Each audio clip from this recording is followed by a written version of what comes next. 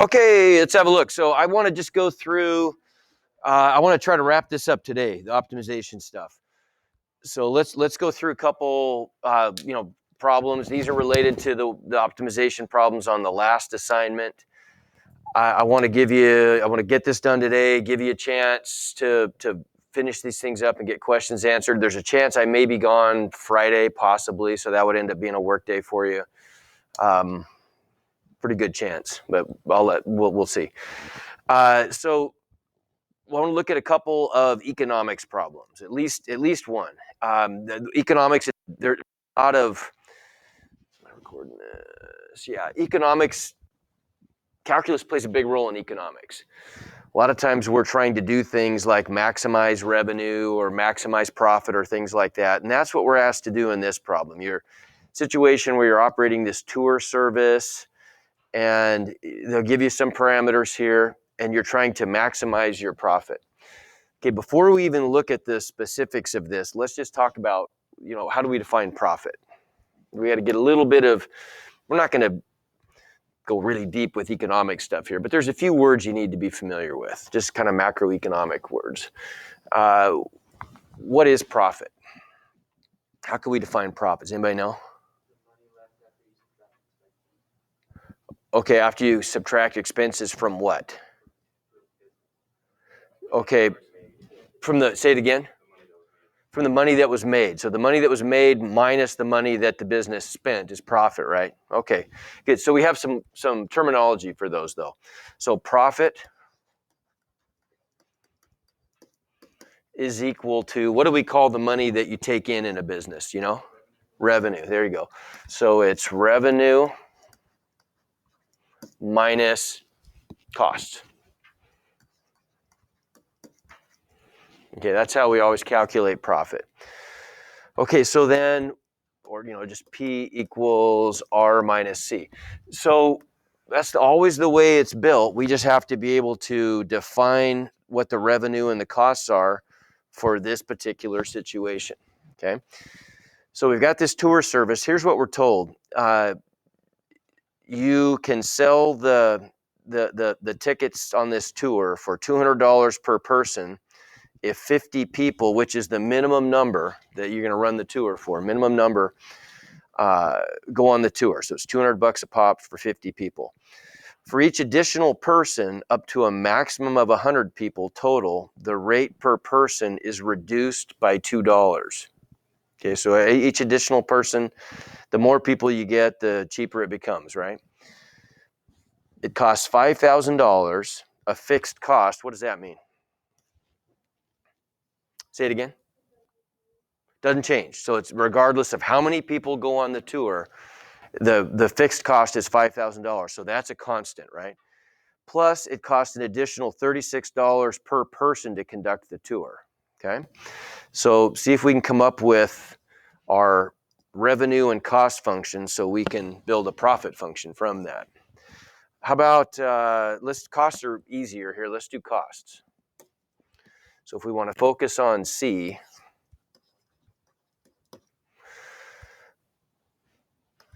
what's our cost going to be? What's our cost function going to be? And we'll let X be, how about X is going to be the number of people, let's say. Okay, so the cost as a function of X is our fixed cost of 5,000, right? Plus 36X. And once again, if we're letting X equal the number of people, and let's write that down.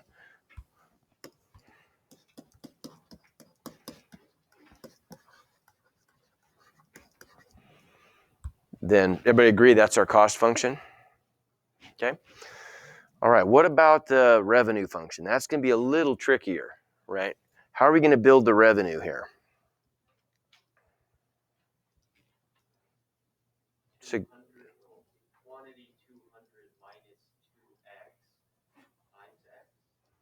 okay, something like that, right? In general, it's close. We got to tweak a few things on that, but in general, like if we're selling individual items, right? And that's usually what you're doing in a business, right? In this case, we're selling tickets for this cruise. people are, it might be that we're selling an object though. We could be selling Kansas soup or something. Doesn't matter. We're always going to have a certain number of these things that are being sold and a price at which we're selling them, right? Okay.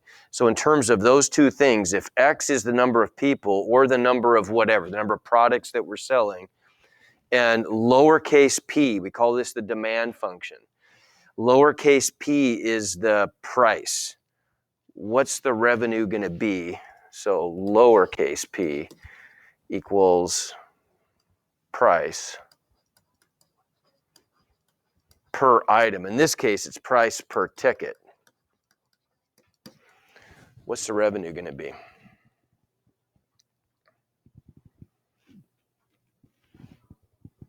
X is the number of tickets, and P is the price per ticket.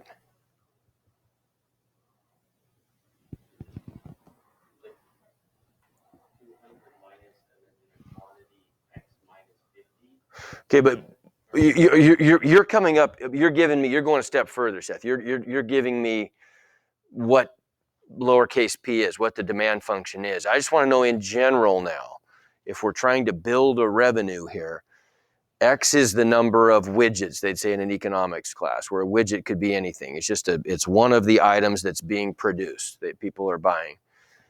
And lowercase p, the demand function, is the price we're assigning for each one of those things that we're selling. What's the revenue? Revenue is the amount of money coming in, so what's that going to be? Yeah, well, X times P, isn't it, right? It's going to be X times the demand function, right? Okay, so then that's something else we could say up here that's just in general. Revenue. Now, revenue could be structured in a more complicated way. Sometimes it is. But simple revenue is just going to be X times P.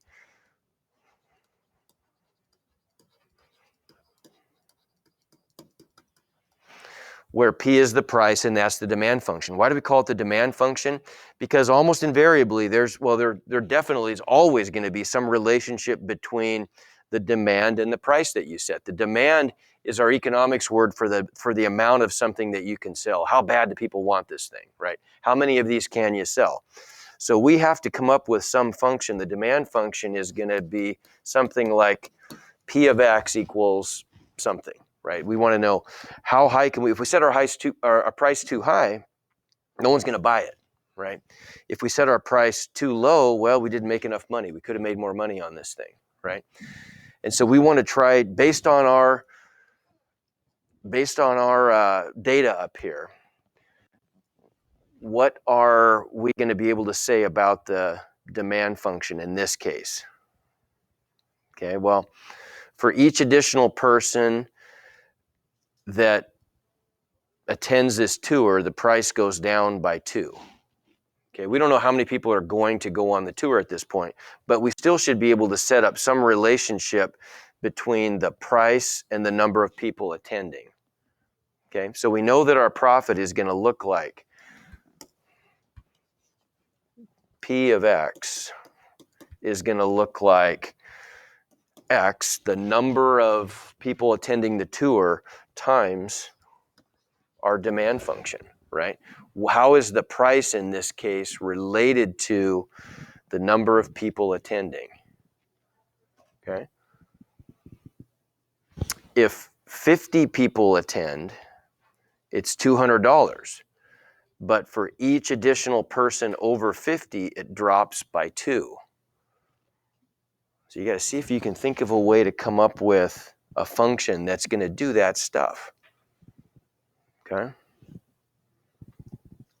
How's it going to do that stuff?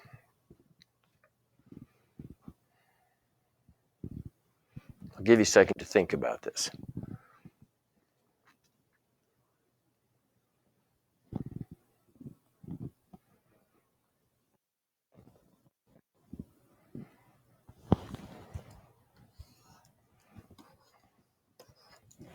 How could I structure something that's going to be 200, but we're going to be subtracting something from the price for every person over 50? What do you think? Seth, you had an idea. Go ahead and restate your idea. Start with a value of 200, and then you would subtract, and then a quantity like X minus 50. Okay. Okay, so 200 minus something like x minus 50, right? Times what? Times 2. Does that make sense? Like, let's test that out. What if 60 people went on the trip? Okay, that's 10 people over 50, isn't it? So if we did 60 minus 50, that's going to give us 10 additional people. How much are we subtracting? We're subtracting $2 per person over 50, right? So that makes sense, doesn't it? We start at 200 and we're subtracting 2 times all of the people over 50. Okay, make sense? Something like that. Everybody see that? Okay, if does it work if 50 people go? If 50 people go, we get 200 minus 0 times 2. Yeah, it's 200, isn't it? Right? So that seems to work. And we're multiplying this whole demand function times x. So there's our, that should be revenue. Sorry, that's not profit. That's revenue. Sorry. That's our revenue function. That's how much money we're taking in. Here's how much money we're spending to run the tour. Okay, so now we have the ingredients of a profit function. So let's put those together.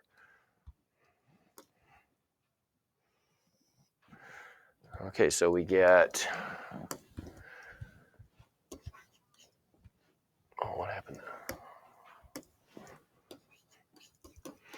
Profit equals revenue. So x times 200 minus, I'm going to write it this way, 2 times the quantity x minus 50, $2 times the number of people over 50, minus my cost function, which I've got to group together, right? That's my cost function. I'm subtracting the whole thing. So 36x plus 5,000. Okay, that's it. That's my, does that make sense that that's a good profit function for me? Okay. All right, so now we would just need, we can maybe clean this up a little bit, right? I should be able to distribute this x and distribute that 2, and I should be able to turn this into just one big polynomial so it's easier to work with. We can see here how we built it, but now we just want to get a clean, simple function. So if I distribute this x, what am I going to get? 200x minus, I'll distribute this 2 as well as the x, so I'm going to get minus 2x squared. Let's see, plus 100x minus 36x minus 5,000, okay? Combine like terms, and we get minus 2x squared. We'll put that first. Plus 300x minus 36x is plus 264x minus 5,000. Does that all look right? Did I make any mistakes there?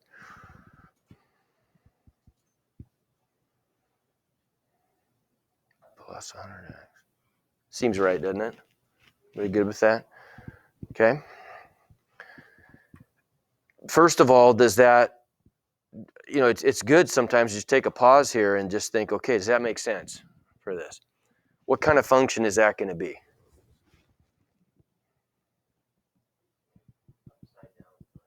Upside down parabola. Okay, that would work, wouldn't it? That would make sense because that would give us some kind of a maximum in there somewhere, which we should expect to have, right? Okay, what's our domain going to be? We've established, because we're kind of trying to switch into calculus mode now, right? We're trying to just shift into math mode and do calculus. So we've got a function to differentiate, to maximize, but we got to know what our domain is. We're maximizing this for what values of x? X is the number of people on the tour, so what should my domain be? 50 to 100, right? Minimum 50, maximum of 100. Okay.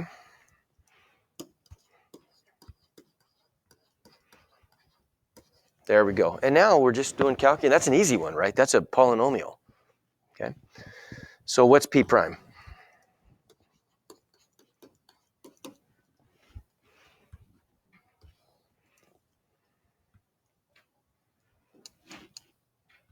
What's our first term? Minus 4x and then plus 264. Okay. I'll just write it this way. 264 minus 4x. Whoops.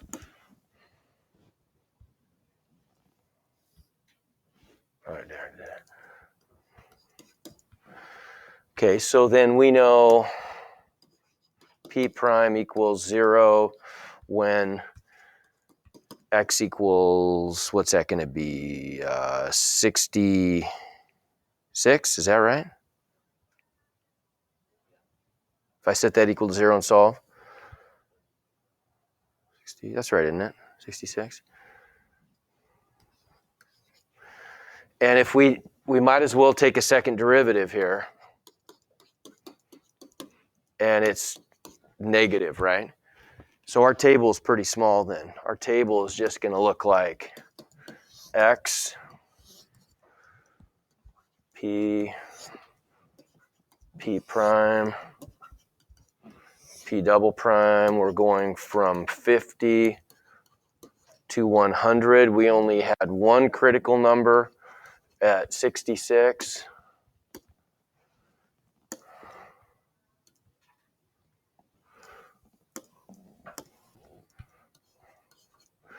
It was a 0 of the first derivative. It was a negative second derivative. So it's a maximum. So we got it, right? So we know then that we want to, we would like to sell, what's the best scenario for us? 66 tickets, right? Okay, and that's good to know. We might change the way we advertise things, or, who knows? Okay, we might change things around based on that, okay? All right, questions? Did we get it right? Yeah, we should have checked that earlier, huh?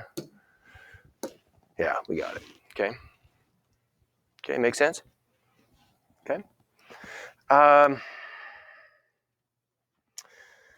Okay, one other part of this. If there was anything that was uncomfortable here, what was it? I mean, how'd you feel about the demand function, coming up with that demand function? Did that seem a little mysterious? Not bad. Okay, well, there is another way we could look at this. The demand function is linear in this case, right? We know when you see things like, I just want to spend a little more time on that one section. For each additional person up to a maximum of 100, the rate per person is reduced by $2, right? Reduced by $2. So that sounds like a slope, doesn't it? Right? So we can infer here that there's some kind of a linear relationship. So something else we could potentially do is we could maybe just set this up graphically. Like we could see if you like this idea. I mean, at least it's good to see how this is consistent. Let me copy this. Okay, so we could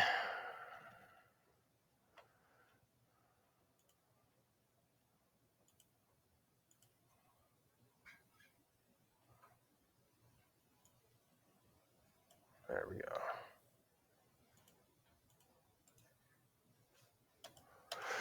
Okay, if we were to think about the demand function, it's p as a function of x, right? So that's like p of x would be like our y. So if we wanted to think of this as how it might look if we were graphing this, we ought to be able to graph the demand function in that space, right? Y versus x. The input is x, right? That always goes on the horizontal axis. The output is price.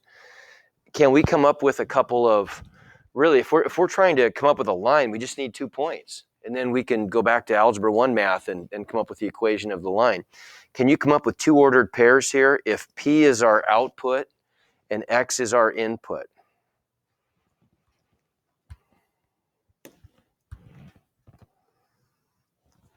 What's that telling us?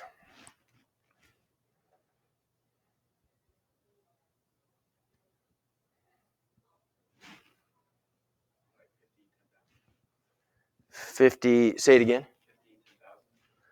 Well, now we're just looking at at just the demand function here, right? So we're just so not 10,000. We're just trying to figure out. We're just trying to come up with this part. This is the part that I just have a sense that maybe this part right here was a little mysterious to people. How he came up with the lowercase p, the demand function, right? So that's just the price per ticket.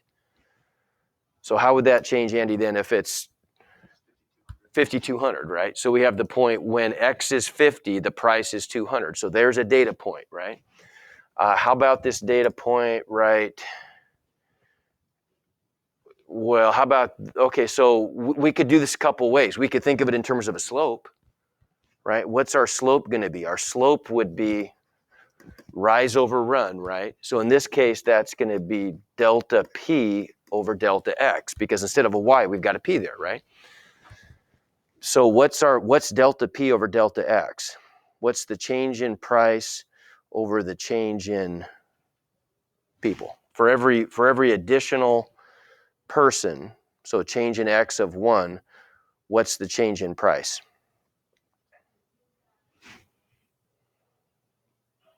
Right? What would the units of this be?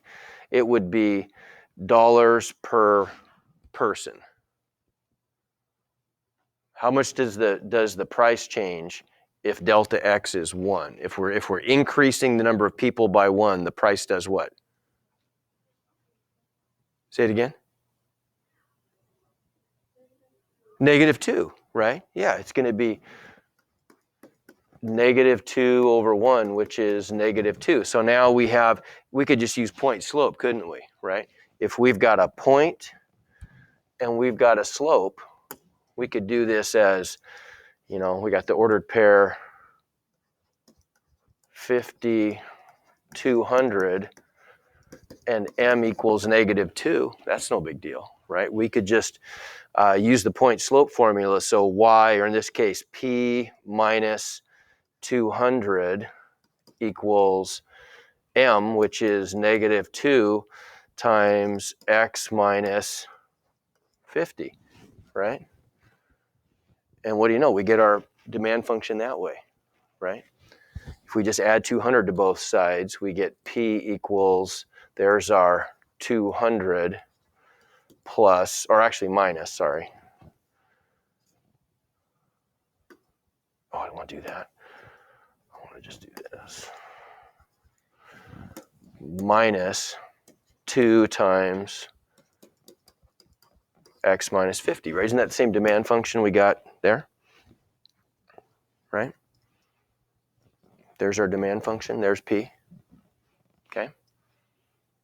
See how we get that? It's just linear. What if we didn't see the slope that way? Well, we could have just picked another point. We know that if you're dropping, and this is just a longer route method of getting the slope essentially. We know that one data point was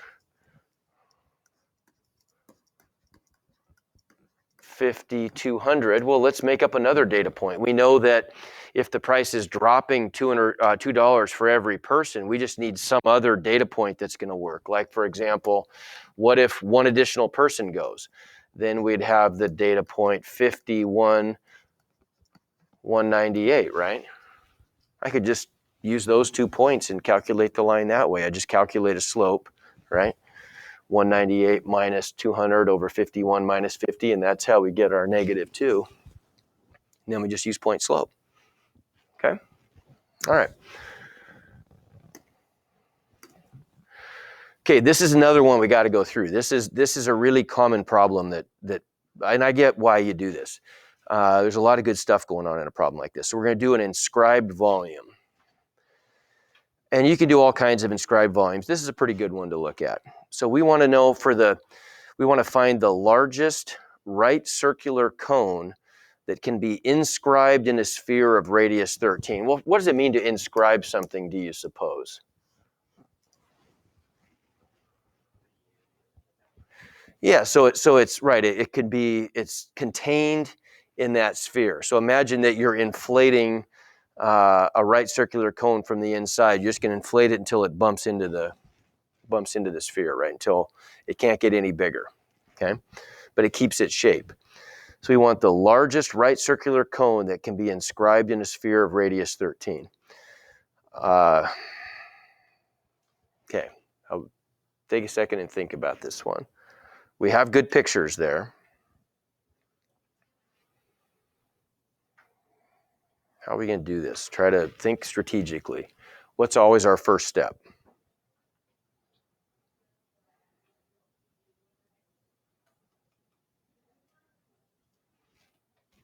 What's our first step always when we're doing an optimization problem? After we get a picture and define some variables.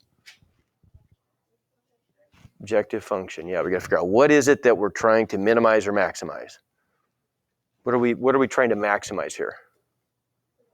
Volume. Volume of the right circular cylinder, right?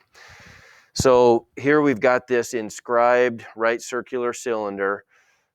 Here's kind of just a representation of a right circular cylinder. We define the volume in terms of the radius of the base and the altitude or the height of the cone, right? And if we combine, whoops, what did this do? There we go.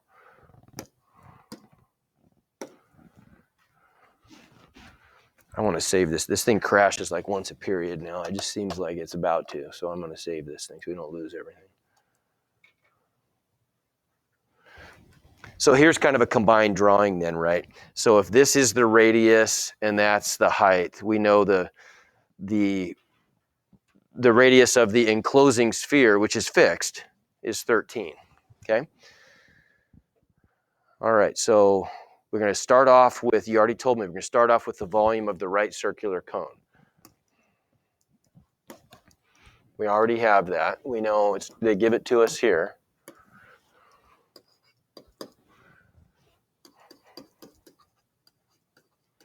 Okay, what's the problem with that?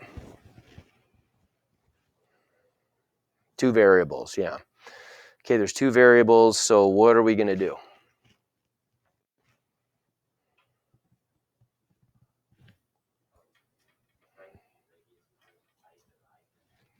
Okay, so we've got to come up with a secondary equation here so we can make a substitution. Okay, I just want you to, now you've had a chance to do some of these, I'm hoping. So we're getting to a point now where we can start to be a little more sophisticated. Your thought process should go then. If I want to come up with a secondary equation, it's got to be the part that is constraining the problem, right? Without any constraints, we just let R and H be infinitely big and we're done, right? Seth? This might be a weird question, but could you ask the same question about a right triangle in a sphere Yeah, you could. and then solve that answer? Oh, could you ask the same question about a right triangle? Like Yeah. sphere, but like you see how you have the diagram there? Not even ask about the sphere, but just simplify it to that triangle within a circle. Yeah, in fact, you kind of have to, right? Because I mean, if you think about what Seth's asking is, can you turn this into a two-dimensional problem instead of a three-dimensional problem? Yeah, you can, right? Because if we're making a cross section through this thing, let's say we're going to cut right through the middle of the sphere, right? So we have the freedom to align these shapes as conveniently as possible for us, right? So obviously we want to align these things so the cone has a horizontal base, right? We want to do this as conveniently as we can. We can choose to align this so this thing is upright, okay? Well, then if we cut right through the middle of this thing, what does the cross section look like?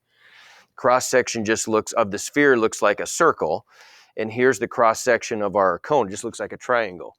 Have we lost anything? No, we haven't, right? Because the radius of this triangle is the same as this distance r down here, which is half the base of the triangle, is the same as the radius of the cone, right? So it's an easier representation, but the relationships still hold here, right?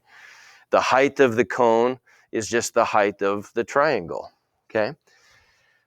We got to come up with an equation of constraint, and it has to be the 13. It has to involve that 13 because that's our constraint. So where do we see a relationship? Do we see something in here? Do we see a way geometrically to relate to relate these variables, to relate H and R, do we see a way to relate those based on the circumference of the circle? We got to be able to solve for H. We have to come up with an equation that only involves H's and R's and numbers, right? Can you do that?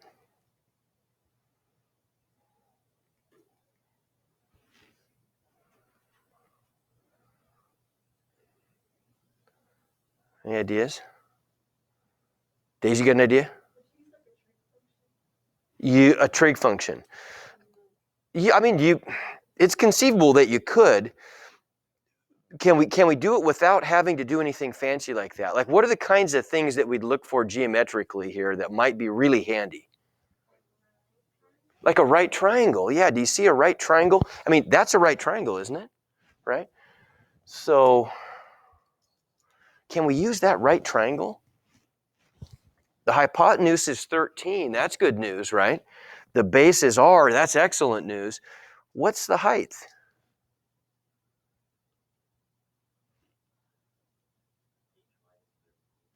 Yeah, everybody see that? This whole distance is H, right? H is the height of the triangle minus that distance right there that we know to be the radius of the circle or the sphere, right? Everybody see that? So this distance right here is just H minus 13. There we go. We got it, don't we? The sides of this right triangle only involve the variables H and R. Okay? So then what is that? What does Pythagorean theorem tell us there? Lily, what's Pythagorean theorem tell us there? R squared, I forgot the function, but it will equal 13, so you can find R, right? Yeah, right. So we just know Pythagorean theorem is just, that squared plus that quantity squared equals 13 squared, right? So there's our secondary equation.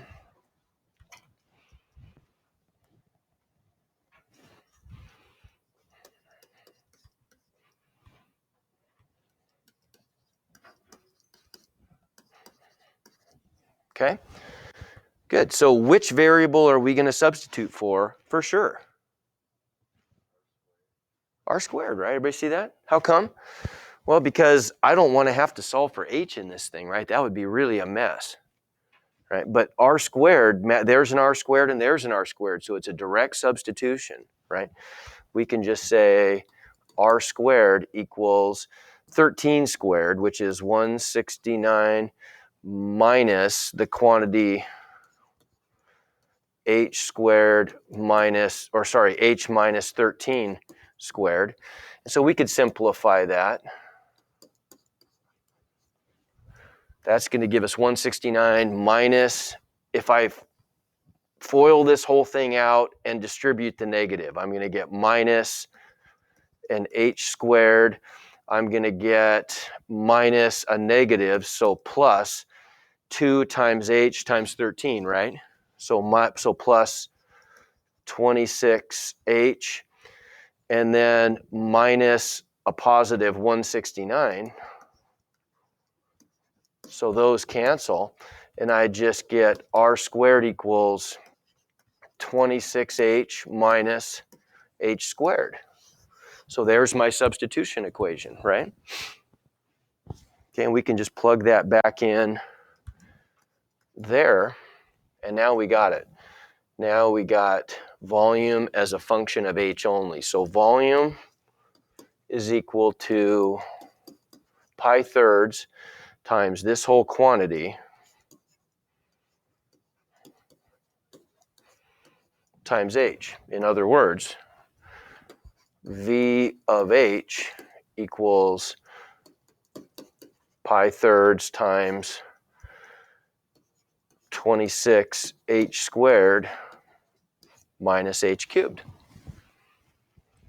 Okay, so there we got our volume function now written in terms of a single variable. We just need a domain, right? So what's our domain going to be?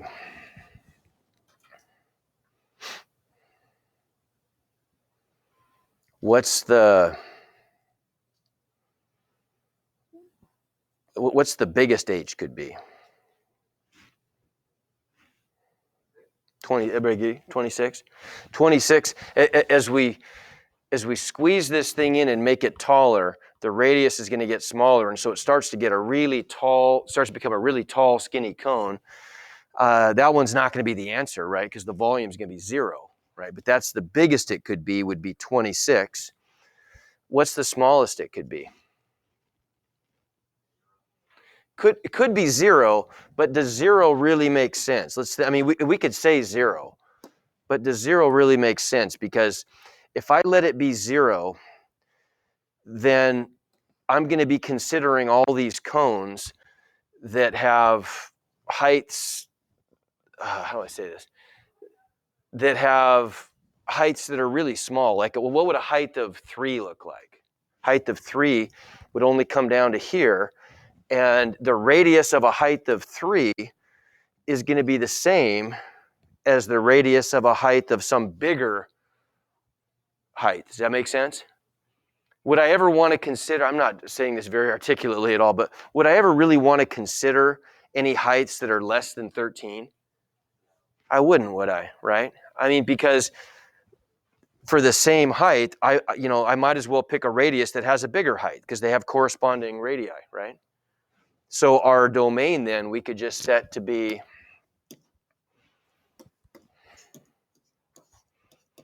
13 to 26, and it's a pretty easy problem from there, right?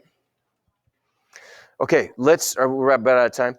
I do want to, so this will be the one day here for the next, week that I am going to do a PM one. I want to go through, want to finish this up, and there's just one more problem I want to go through, and then we're done. And then if I'm gone Friday, you guys are totally set to finish everything up.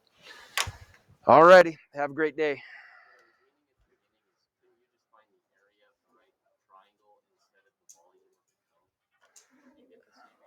The area of the